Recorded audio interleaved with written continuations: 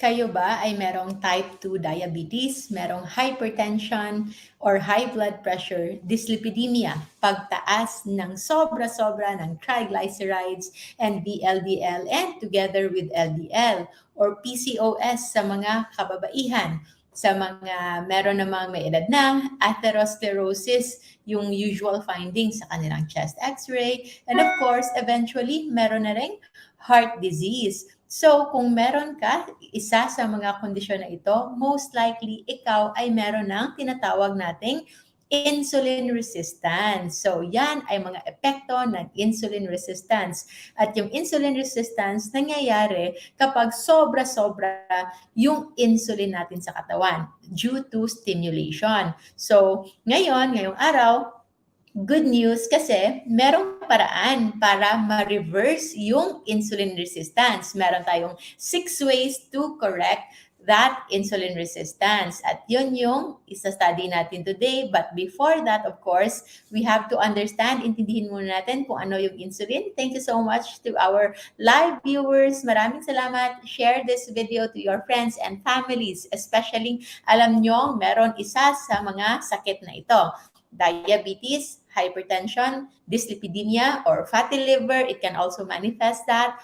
PCOS, atherosclerosis, or heart disease. So, nangyayari ito kapag sobra-sobra yung stimulation ng insulin sa ating katawan leading into insulin resistance. Kasi yung insulin po ay isang importanteng anabolic or building up hormone. Kapag tumataas yung insulin sa katawan, which is triggered by glucose intake, yung ating katawan, automatic, gagamitin niyang energy ay glucose. So, dapat, kailangan itong kontrolin. Hindi ito dapat parating mataas. Hindi dapat parating mataas or nati-trigger yung insulin secretion sa ating katawan. Because the moment na we lower down our insulin, automatic, it will allow us to use fat as energy. So, yung magagamit nating taba, yung taba sa ating katawan ay magagamit nating energy at hindi na tayo magiging fully dependent to glucose. So that is why insulin resistance is very important for us to understand para hindi tayo magkaroon ng mga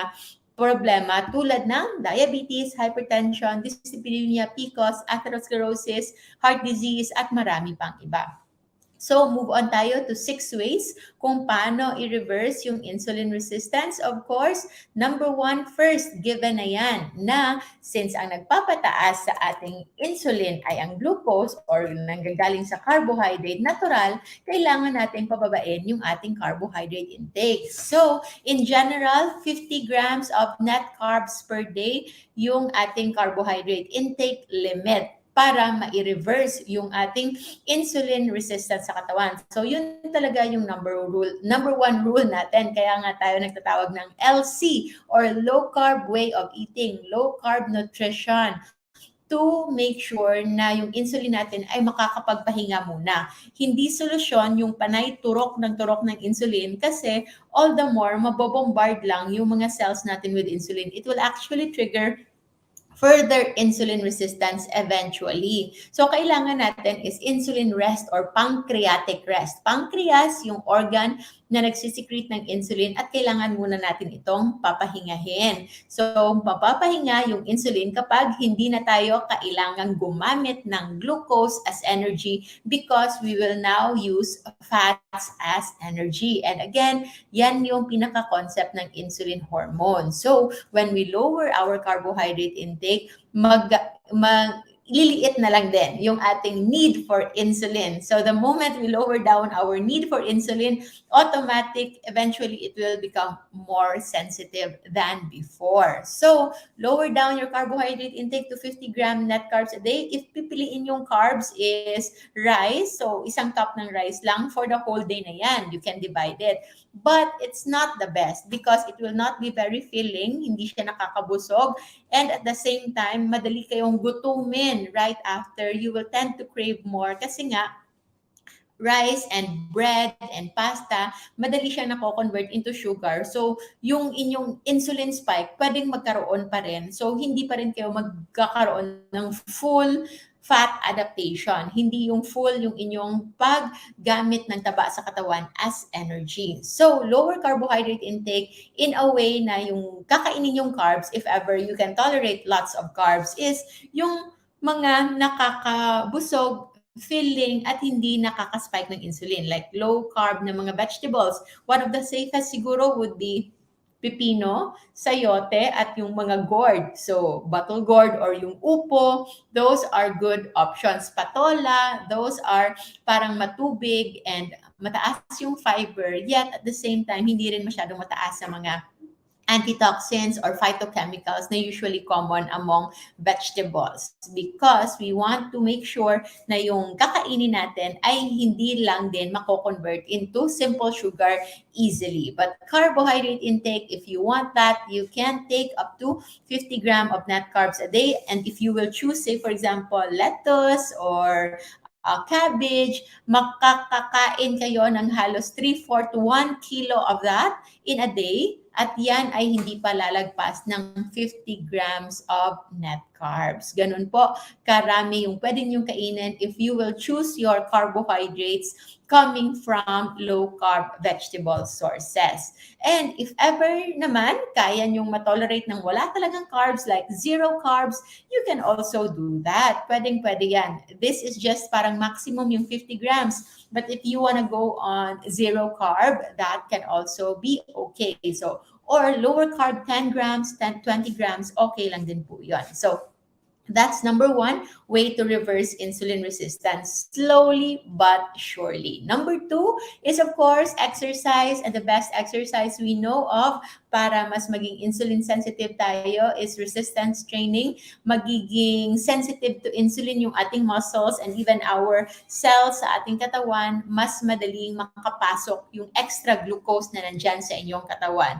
Again, before I forget, no, kung meron kayong mga iniinom na gamot for hypoglycemia, para bumaba yung blood sugar, nagtuturo kayo ng insulin, it's best to consult first para matulungan kayo how to properly wean. Kasi kung susundin nyo lahat ng ito, and at the same time, you're taking all of those medications, baka magkaroon kayo ng dangerous hypoglycemia, to which we don't advise. So, this is for those na wala pang masyadong iniinom na gamot, or kung may iniinom naman gamot, please do it the guided way with our low-carb doctors. So, na maraming paraan how to do it, but it's best to do it sa paraan na kayo ay safe. So, again, lower carbohydrate, and two, do resistance training or resistance or endurance exercises. Those can also be okay 3 to 5 times a week, or magsimula ng kahit once a week lamang. Galaw-galaw, and one way also is you push the wall or do push-up, pwedeng mag-planking, pwedeng mag-squats, or pwedeng magbuhat, mag-dumbbells. Those are good things that you can do para mas mag-stimulate yung inyong muscle to allow insulin sensitivity. So, yan yung ating pangalawang tip. And of course, number 3, it might be a little surprising for many, but we also have to control our fat intake as much as we are into low carb. Pero kayo, if nagsisimula pa lang kayo and you are still not fat adapted, baka sobra-sobra na yung fat build up niyo sa inyong katawan. So actually, what we want is for you to use up those fats. So mas gusto natin na gamitin ninyong taba as energy ay yung taba na nasa inyong katawan. If panay samgyupsal kayo, panay pork belly yung kinakain niyo, so it is expected na hindi talaga masyadong madaling pagtunaw yung taba sa katawan, because again, yung nagagamit ninyong taba as energy as taba is yung nanggagaling sa food at hindi nanggagaling sa inyong katawan. So, as much as hindi tayo takot sa taba in low carb, but hindi rin natin kailangan gawing sobra-sobra yung ating fat intake, especially if we are not moving a lot, hindi tayo nag-exercise, because yung taba, again, is just extra energy. And insulin resistance is worse if there's high carb and then high fats. And the moment you go into low carb, gusto natin na matanggal yung taba sa katawan natin na sila yung magagamit. But hindi din sila magagamit basta-basta if, again, panay kain tayo ng taba. So control the fats when it comes to amount. So maybe roughly 100 to 150 maximum grams of fat sa isang araw. Kung nakakaubos kayo ng isang packet ng all-purpose cream, that is already 250 grams, almost nasa 200 to 250 grams of fats na yan. And it is a processed kind, baka mas tumaas pa yung inyong triglycerides, yung inyong LDL, hindi natin alam if it's the large buoyant type or it's the small dense type na gusto nating iwasan.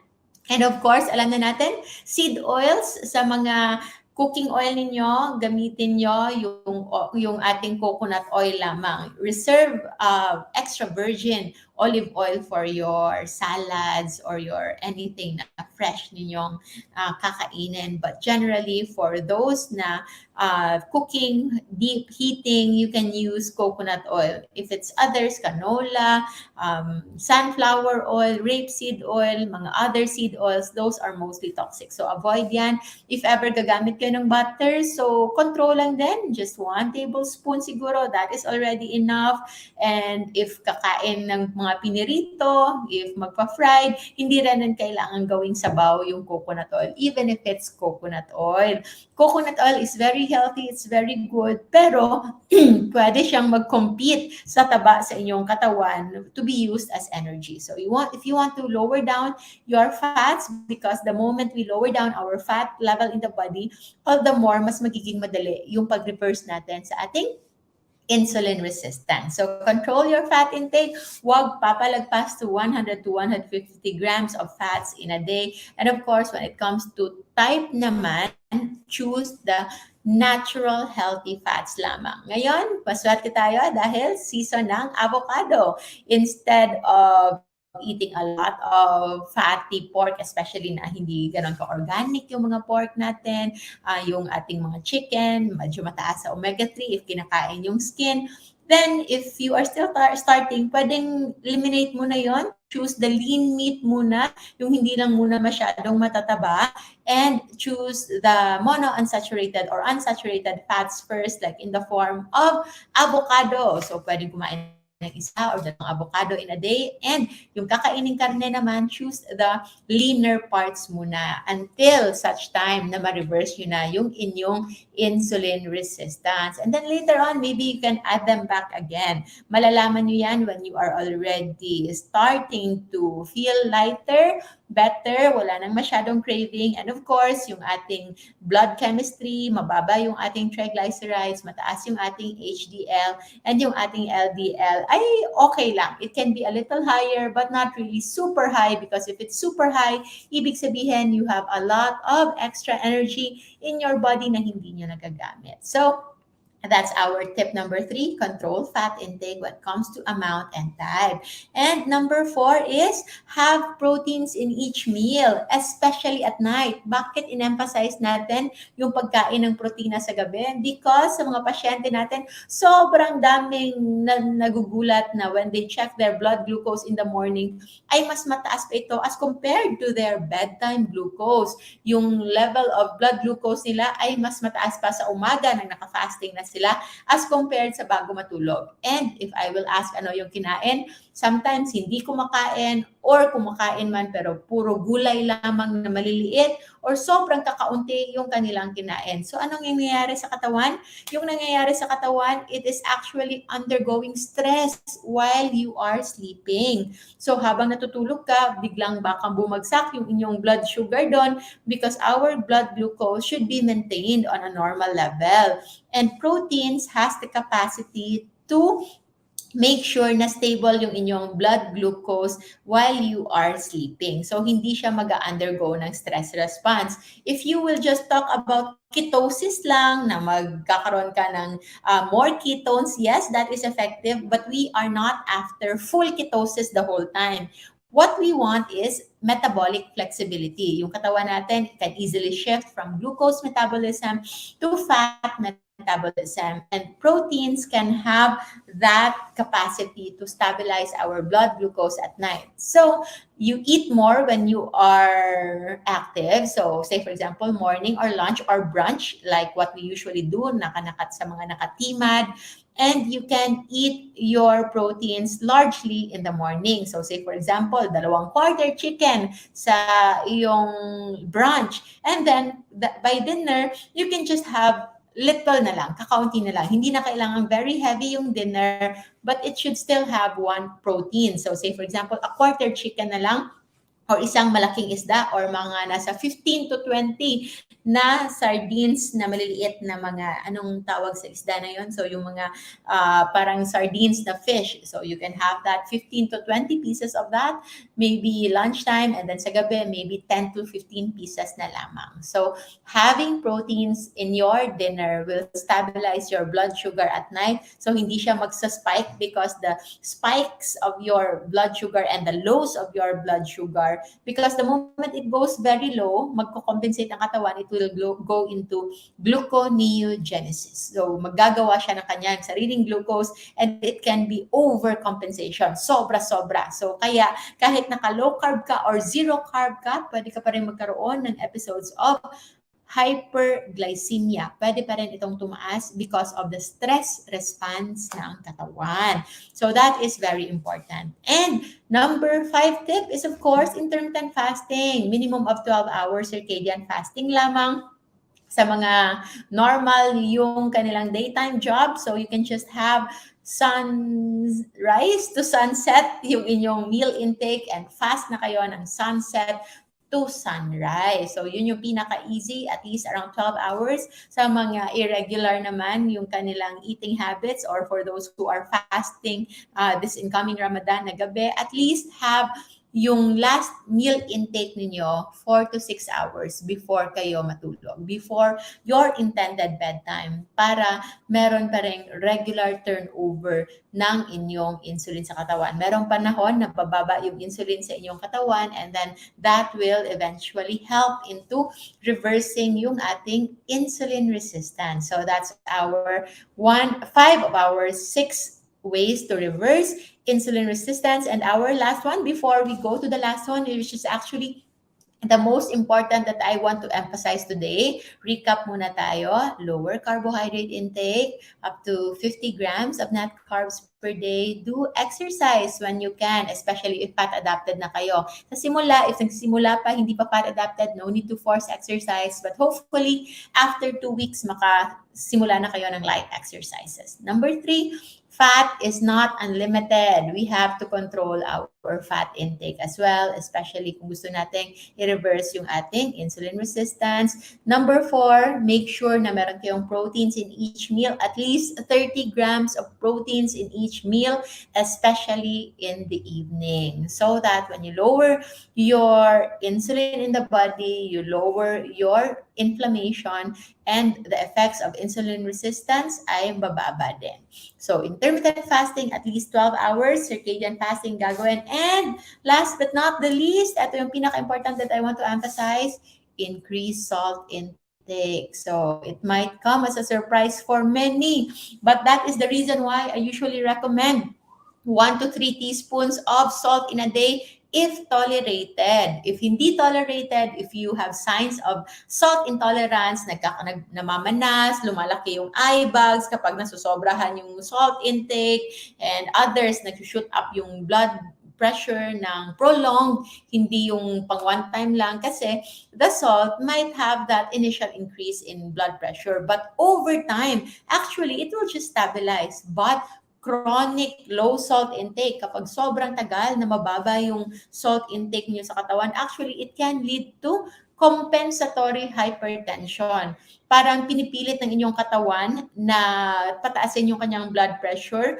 so that it can extract more salt. Kasi kapag bababa yung salt natin sa katawan, bababa rin yung ating water volume sa katawan. So, babagsak yung ating blood pressure at akala ng ating katawan ay kulang na yung ating pressure. So, it will do compensation. Magsisikip yung mga blood vessels, yung puso natin, lalakas yung pag-beat. So, it can lead into overall increase in blood pressure. Pero paano makakatulong yung salt intake sa ating pag-reverse ng insulin resistance? I will show you yung recent na result ng clinical trials, 23 clinical trials, so 23 studies of human clinical trials reporting that sodium restriction, kapag ikaw ay parating pinapababa yung sodium ninyo, yung salt ninyo sa katawan, dahil na brainwash tayong lahat that salt is bad, that salt can lead into cardiovascular disease, without considering na yung previous na high salt intake ay kasama ang high glucose or carbohydrate intake.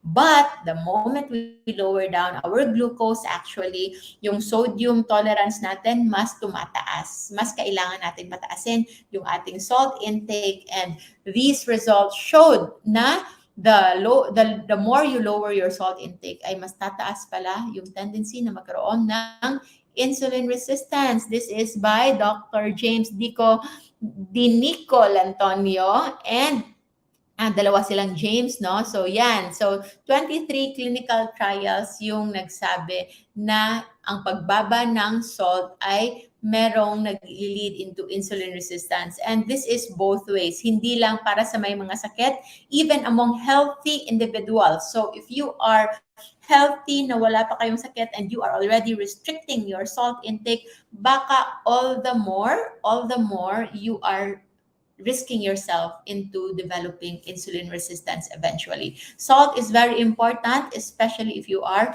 physically active. And now, paano ba nagkakaroon ng insulin resistance kapag mababa yung salt intake? I will show you just very basic explanation kung bakit nagkakaroon ng insulin resistance. So, ang isa sa mga studies dito, nakita nila na I will enlarge that one for your viewing para mabasa natin all together na ang mga may low sodium diet, yung mga less than half teaspoon lang, yung mga ginagamit na asin kada araw, ay merong increase na insulin resistance.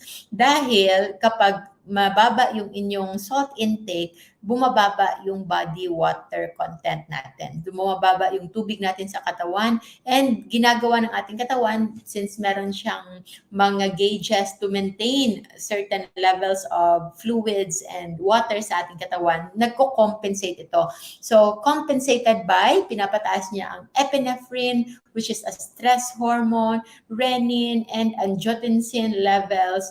And then, lahat ng ito ay all of which ini-inhibit nila yung action ng insulin, and eventually it can lead into insulin resistance. So that is why it is very important for us to increase our salt intake, monitor it if kayo ay naka-low salt intake for the longest time at hindi bumababa yung inyong blood glucose kahit magpahit pa naka-low carb kayo, lahat ginagawa na ninyo, but maybe yung salt intake is the missing part kung bakit hindi ma-fully reverse yung inyong insulin resistance, because the effects of insulin resistance, hindi lang diabetes, pwede rin hypertension, pagkakaroon ng dyslipidemia, pagtaas ng visceral fat sa katawan, pagkakaroon ng malaking tiyan. So those are the belly fats that are significant when it comes to the level of visceral fat na related din sa heart disease, cardiovascular disease, heart attack, strokes, and many more.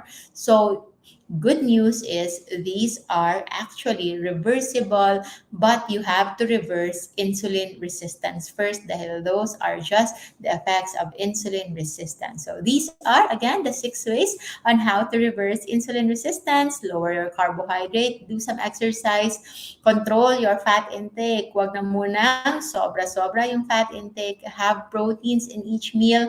Intermittent fasting, kahit 12 hours lamang. And lastly, increase salt intake. So all of these things are discussed also in many of our LCF masterclasses. So marami tayong masterclass sa ating LCF masterclass, and I will show you kung anong itsura niyan so that you'll know where to learn. Kasi nabibisi na tayo sa ating mga procedure. I might not be able to do live and videos more, pero with our LCF masterclass, you can learn it all at once. So, ipapakita ko sa inyo how's our masterclass. You log in lang at www.lcfmasterclass.com para makita ninyo that in there you can learn. Right now, it's now on sale. Only 500 peso lang ay pwede na kayong mag-learn ng ating masterclass there. So, yan yung ating website, www.lcfmasterclass.com.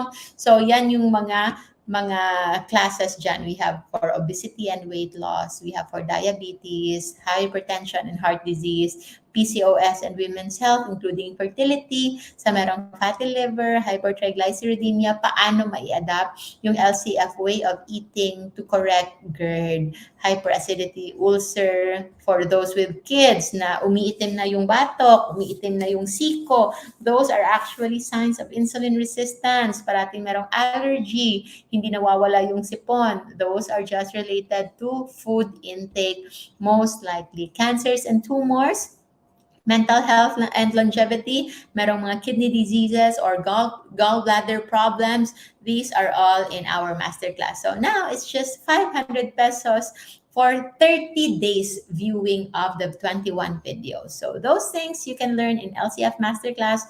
Just send a message and then after sa ating web admin PH once confirmed. And if ever you have other concerns, the safe list natin, you can download it in jgrtanmd.com. So, yun lamang po. And in case you want to visit LCF Center for our free viewing of those videos na nasa masterclass natin, meron tayong regular schedule dyan. It's all free. Kung gusto nyo pong matuto with classmates, free lang po yan in Ortigas. By schedule lang because our space is just limited to accommodate and for better learning. Message lang, Admin Rochelle at 0977-192-5449. And for Cebu naman po, you can message Admin Cha at 0917-993-1239. We will have a free viewing of Diabetes Masterclass next week in Cebu. So, I think that's it. I hope you learned something today. Maraming salamat, everyone. That's our 6 ways to reverse insulin resistance by yours truly, your diet doctora, Dr. Josephine Grace Rohotan, MD. And always remember to stay low carb so that we all stay safe. Have a good day. Bye.